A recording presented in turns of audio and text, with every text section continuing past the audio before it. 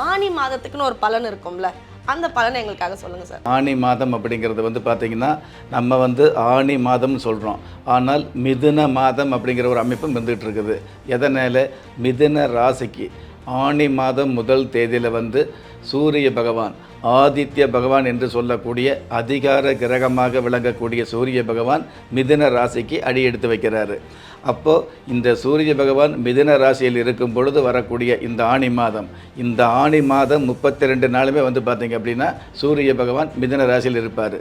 பொதுவாகவே தமிழ் மாதமாக இருந்தாலும் ஆங்கில மாதமாக இருந்தாலும் 30 தேதி இருக்கும், அல்லது 28 தேதி. பிப்ரவரி மட்டும் பார்த்திங்கன்னா 28 தேதி இருக்கும். அதிகபட்சம் பார்த்திங்கன்னா 30, 31 இருந்துகிட்டு இருக்கும்.